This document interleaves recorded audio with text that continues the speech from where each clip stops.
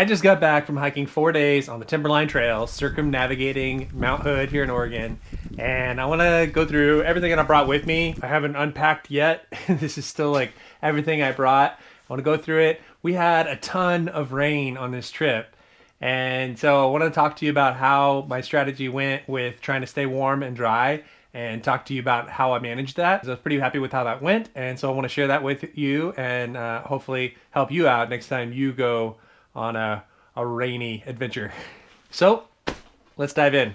So I would say this is definitely not a ultralight, maybe not even lightweight setup. I think my base weight was somewhere in the mid 20s on this one, but I definitely packed a little bit heavier because of the threat of rain and thunderstorms that we had on this trip. At one point, it was forecast to rain all 4 days of the trip. It only ended up raining about half of that, and so I definitely packed some extra things in order to make sure I stayed warm and dry. So I'm going to talk through some of that today. But I'm going to pull out everything in my pack, show you everything I brought with me, and I'll list it all in the description below as well. All right, like I said, I have not unpacked or packed this perfectly. This is the end of the trip, so I'm just going to pull things out randomly and go through it. So this is my Catadine Bee-Free water filter. Highly recommend these things. I love this. I had an extra one that I loaned to my buddy. It was 3 of us on this trip, and he loved it as well. And in fact, my other friend who was using the Sawyer Squeeze ended up borrowing mine every time we were filling up with water because these are just so much faster and easier to fill up. The wide mouth on the bottle is so great, and the filter is just incredibly fast. So highly recommend those. Let's go through the outside pouch here. I tried a new backpack on this trip, and I'll talk about that at the end when I get the backpack nice and empty. Let's see what we got here. My first aid kit. I definitely recommend going through customizing your first aid kit. This is one of those ones that I bought, at REI. That's like the 3 to 5 day backpacking kit, but I definitely go through and open it, and I put the things in it that I want to have in there, like Imodium or some other things that you might want to have, extra moleskin, what have you. Make sure you know what's in your first aid kit and bring the things that you need to bring. Some extra beef jerky, save that for later. My poop kit, got the Deuce 2 trowel wrapped in some paracord there to give a little extra grip on the handle, as well as some emergency paracord, hand sanitizer, Kulo Clean backcountry bidet, and I always keep a whistle in my poop kit. Long story, but you don't want to get lost in the woods and all you have is your poop kit. This was my permit and printed map of the area. One nice thing about hiking Mount Hood was the Timberline Trail does not require advanced permits, so pretty great. You just walk up and get the permit at the trailhead, which is nice. My Climate V-Seat inflatable sit pad. I bring this along because it's nice to have for lunches. Even though I do bring a chair, sometimes it's nice to just have an easy, quick seat, but also doubles as a knee pillow for me. Being a side sleeper, it's super nice to have this. Give some extra comfort inside your sleeping bag at night. Here's my toilet paper that I had left. All right, so I did try something new on this trip, which I actually really liked. I'm not sure where the other one ended up. It might be in my jacket pocket, but this was a tip I got from Bryce Newbold, and I must say I'm impressed with the tip. These are dual layer nitrile gloves that I got from Home Depot, and I brought these as rain protection. Typically if you bring gloves or something like that when it's raining, they're just going to get soaked and cold, and your hands are just going to stay wet, and they don't do a lot of good anyway. So I chose not to bring gloves, but these essentially work a little bit like a wetsuit, where it can protect your skin from the cold water hitting it and it just drips off. And then, it gets water inside of it as well. Surprisingly not too bad, but it does give you a little bit extra warmth inside because then it warms up any water or moisture that's inside the glove, and it kind of works like a wetsuit. So definitely a tip that definitely a hack that I'm going to be using on future trips, because it weighs next to nothing. Probably something I'm always just gonna throw in my first aid kit or something like that. So I always have a pair just in case. But highly recommend. Great tip, Bryce. Some extra trash I still have in there. My Colgate Wisp. This is what I use for my toothbrush needs. Love these things. Don't need any water, so you can just pull one out, get your teeth brushed, and you can kind of keep it in your pocket until you're ready to brush your teeth for the night, and then, obviously just put it in your trash bag when you're done. That is everything in my outside pouch there. Let's see. Before I get down into the heart of the bag, I want to talk about my hiking sticks on this trip. Lecky, I don't know if that's how you say it. Lecky sent me these hiking sticks to try out. This is the Makalau Light, and I was very impressed by these. I'm really, really happy with them. I wanted something that was pretty lightweight but also durable, and I love having the cork handle up top and the synthetic handle down lower when you want to switch it up. And these just felt great, and the straps did awesome. I'm going to be doing a full review on these on my channel, so if you want to check that out, make sure you subscribe. But suffice to say, at this point, very impressed with these hiking sticks, and I'll link them below if you want to go check them out. All right, also on the outside of my pack here, I have my Helinox Chair Zero. Never leave home without it. Huge chair fan. So if you're going to bring a chair, I think the Helinox chair is definitely the most comfortable and most lightweight chair option out there. So I always highly recommend that. I have the t-shirt that I was wearing hiking in the outside pouch there. This is just a Under Armour poly hiking shirt. Comfortable, no frills, cheap, and stinky. All right, so let's get into the heart of the bag here. This bag has a opening right here, so maybe I'll just unzip this and you can kind of splay it open, which is kind of cool. All right. My rain jacket on this trip did pretty well. This is one I've had for a long time, pretty tried and true. This is from Haglofts, and honestly, I'm not even sure if they still make this model or not. But I will link it if they do. Been really happy with this. It does a great job of staying, nice and tight on my head. And then I love these zippers on it, where it's really easy to do with one hand, and they're big and easy to stick something in, like your phone or whatever, and it's not going to get wet. And then it's easy to zip back up with one hand. So stayed pretty waterproof. I think it did wet through at some points, but I mean, anything is going to when you're in rain all day long.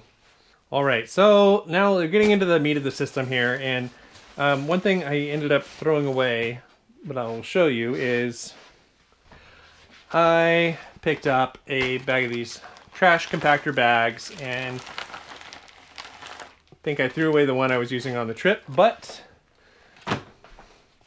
this thing held up great. And I didn't have any tears in it whatsoever. So this was my pack liner, just a standard trash compactor bag from the grocery store. It did great, and it fit well in the bag.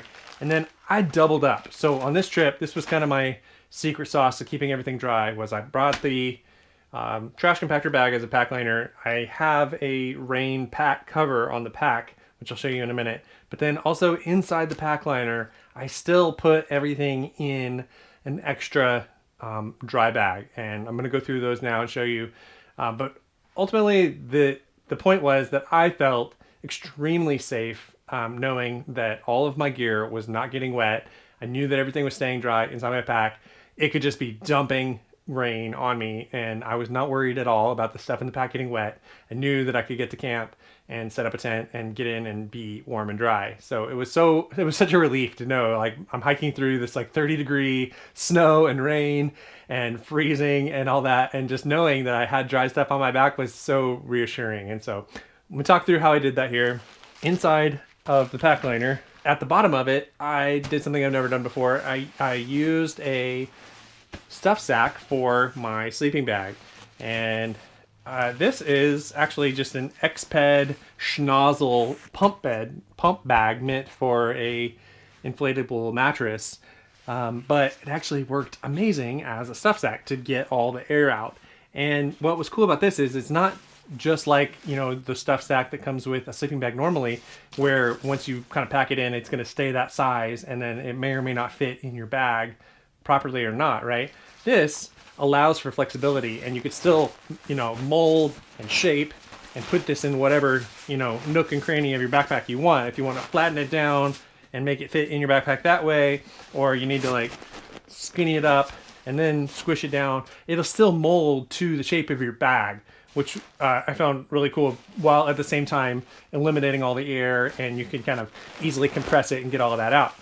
The way that that worked was, you know, you just roll up the dry bag like normal. Let me just kind of demonstrate real quick, because I was super impressed by this. So, you know, you can let all the air in like that. You can see how it inflated. And then you just, you know, roll up the dry bag as usual until you kind of get some air there. And then on the bottom, you get the little schnozzle flap. And you just open that. And then you're able to just squeeze out any air and deflate it like that. And then while you're readjusting, you can just grab the little schnozzle, and it's not gonna re-inflate at all. Readjust, flip it over, lay on it again, whatever you need to do. Get all that air out. And then once you're satisfied, you just pinch it off, close that lid, and it stays airtight. So they sell these separately, and I'll link it, but man, that may become a new go-to for me, even if it's not going to be a rainy trip, because of just the convenience of being able to compress it. Oh, and the sleeping bag I used was the Marmot Elite Trestles Elite Eco 20-degree bag. It did fine. It did okay.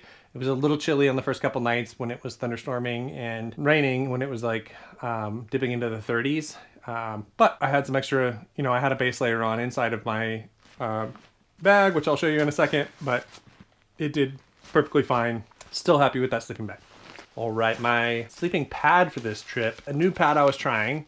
Ampex sent me this to try out. Ampex Gear Ultralight Sleeping Pad. This is a super interesting pad. I'm going to be doing a full video on this.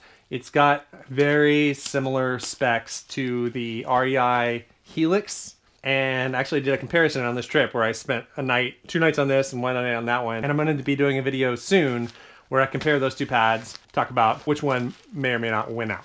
All right, I did bring some rain pants, which I used a lot on this trip. These are the REI. They're from REI. I'm not sure what the model is, but if I can find the link, I'll put the link in the description. But these have been great. You can put them on over your boots, and they've held up well. And they're one of the lighter pairs of rain pants that I have found. And I hiked in shorts most of the time with the rain pants on top, and that did awesome for me for this trip. Okay, getting back into my dry bag system. So I actually got these dry bags from Sea to Summit. It was a 3-pack that I bought, and I'll link the 3-pack in the description. But there is a 3-liter, an 8-liter, and a 5-liter bag, I believe. And these things, man, these are incredible. They're just so ultra light already. I'll put the weight on the screen as far as like how much the 3 bags added. But when there's rain happening like this, having multiple options for keeping things dry definitely, in my opinion, was far worth it. So let me talk through my system here. So what I did was I kind of color coded it, and I said, okay, the red bag, that's going to be for my hiking stuff. It was the biggest bag, and so this was where I was putting the clothes in and out that I would be hiking in during the day. So some of it might have gotten a little damp, or can get wet. And so I was keeping things like that in here. So I had like an extra pair of underwear, ex officio ex officio boxer briefs. I had my Silverlight hiking socks, which if you want to see a whole video on these, I think potentially best socks you might ever buy. I'll link the video in the description if you want to see that. And my sun hoodie from Black Diamond. Then what I did was I had my blue bag was my warm clothing, so my cold weather gear. So when it got cold, I thought cold, blue, cold, you know, so I think things that I need to do when I'm cold. So in here I had my beanie that I would use if need be, my buff if I wanted to like put it around my neck. I brought a warmer kind of hooded long sleeve shirt for this trip, which I actually wore for most of the trip.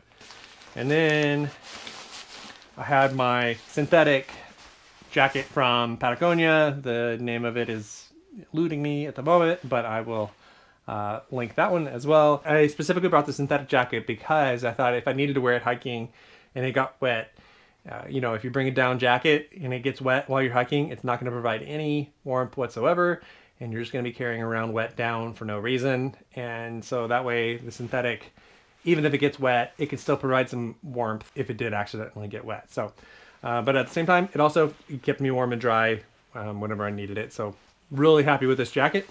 And then my green bag was my sleep kit. So I brought things in this bag that I would only get out once I was in my tent. And so, I don't know, green means good.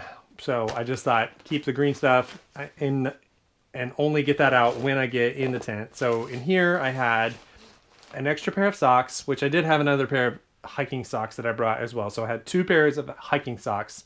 The other ones must be somewhere else. But that way I had 1 pair, you know, just a backup pair of hiking socks. And then this was meant to be sleeping and tent only. Ended up using them on the last day of the trip, so I had a 3rd pair, you know, to use on the last day, which actually ended up being nice, which was nice to have. But it was great to have a pair of socks that were meant only for the tent, and I knew I could get in and have warm feet inside the tent because, let's be honest, my feet were toe up from the flow up when I got in, and I had wet shoes all day long, and it was really nice to get in and get those things dry and warm.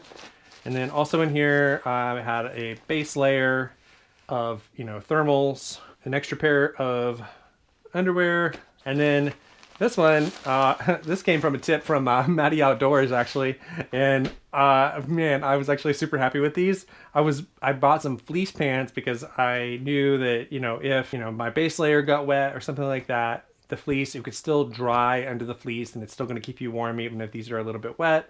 But these were so warm and comfy, and I went to go get some fleece pants for this trip, and originally I bought some at REI that were like $70, and I had those just in case, but then I made a trip to my local Fred Meyer and was able to find these for $15, and they weighed half the weight, almost half the weight of the REI fleece pants. So man, these were a great find, and I loved having these lightweight and warm pants when I got to camp after long days of hiking in the rain. So that's definitely going to be my go-to system now for keeping things dry when I'm planning on hiking in rainy weather. It worked awesome, and definitely highly recommend that system. All right, other things I have in my bag here. I have my ditty bag full of random things. I don't think I'm gonna get all into everything I have in here.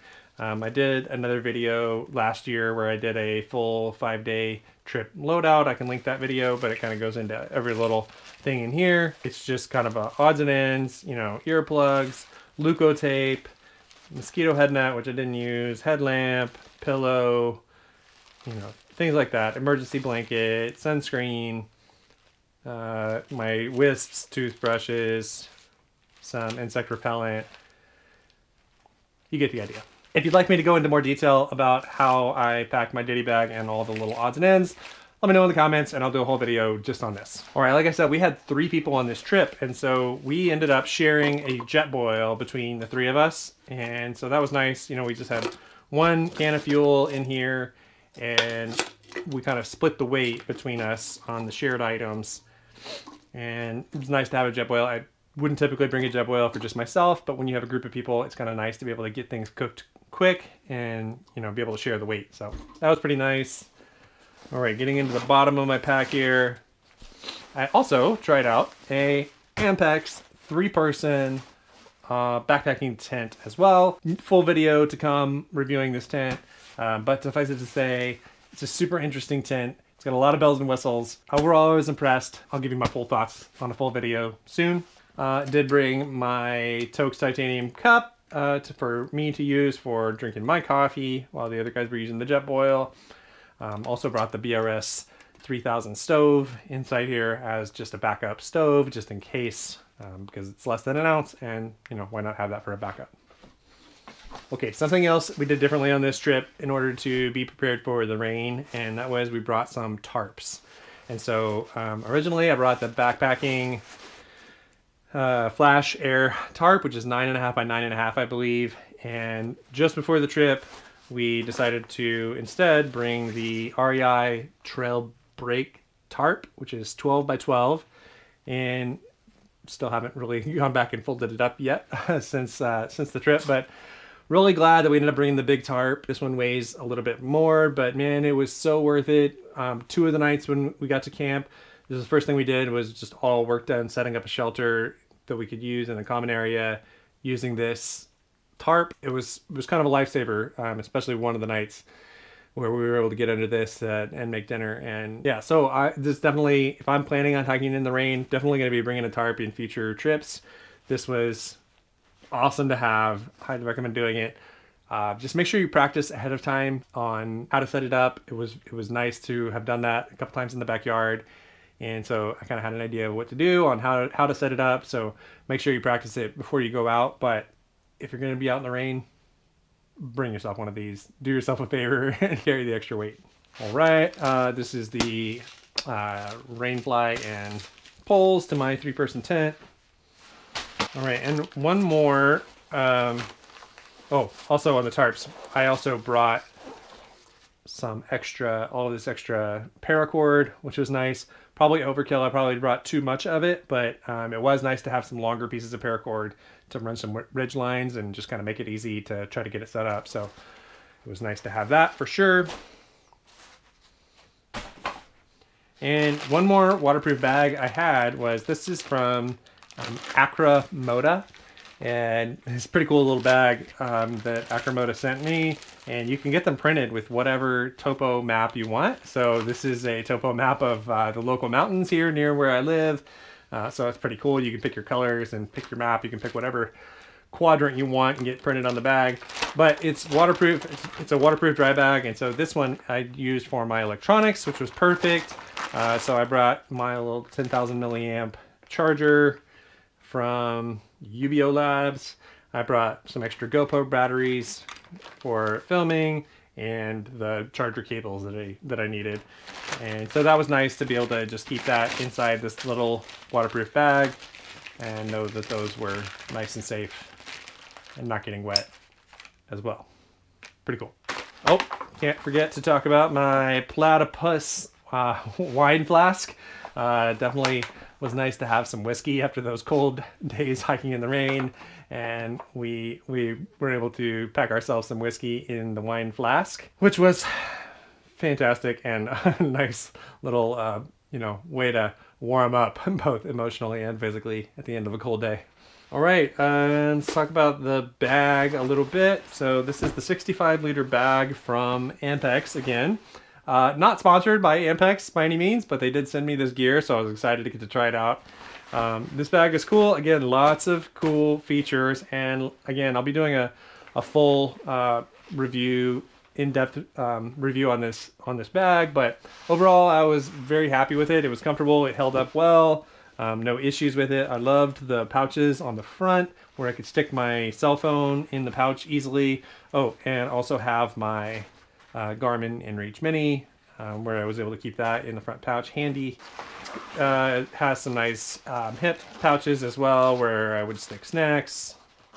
Yeah, like I said, look out for a full review video on that coming soon. And last but not least, not really a backpack related item, but the shoes that I wore were my La Sportiva waterproof. These are the Ultra Raptor 2 mids, I believe. And I've used these boots for years and love them. Unfortunately, they did fail me a little bit on this trip. They weren't as waterproof as I was hoping or expecting. Just even through the sole, I think they probably are due for a, re-waterproofing on top. And so I kind of thought, as long as I can avoid getting water from seeping in through the ankles, that I should be good, but that wasn't really the case. There was numerous river crossings on this trail, and obviously just hiking in the rain all day. They definitely ended up soaking through, and I ended up with like sloshing water inside my boots, which is never good. And so I think honestly, that was a mistake on this trip. I probably should have gone with the trail runner method of just where I'm dry kind of thing. And I do kind of regret that. My feet got kind of jacked up and toenails and everything. I won't go. I'll spare you the details, but suffice it to say is this is the first trip I wish that I had not brought these hiking boots, and I wish that I had done the trail runner method. I don't think it's really a fault of the hiking boots. I've had these for like 4 or 5 years now, and like I said, probably my mistake for not waterproofing them, or just planning on them getting wet and going with the trail runner method. So probably be doing that on future trips. But yeah, you win some, you lose some. So toenails, that is. All right, so I think that covers everything that I brought, minus the food. Obviously, didn't go into the details on that. I did bring about 7 pounds of food, and I ate about 5 of it, so probably overpacked on food a little bit there. Admittedly, that's probably the one thing I overpack on the most, but that's a whole separate video, and that's all we have time for today. So appreciate you watching. If you have any questions about any of the gear or about the Timberline Trail, please drop them in the comments. I'm going to be putting a trip video up soon of that trip, of the crazy wet and wild time we had there. So look out for that. Make sure you subscribe. And until then, don't forget, you got this, Dad.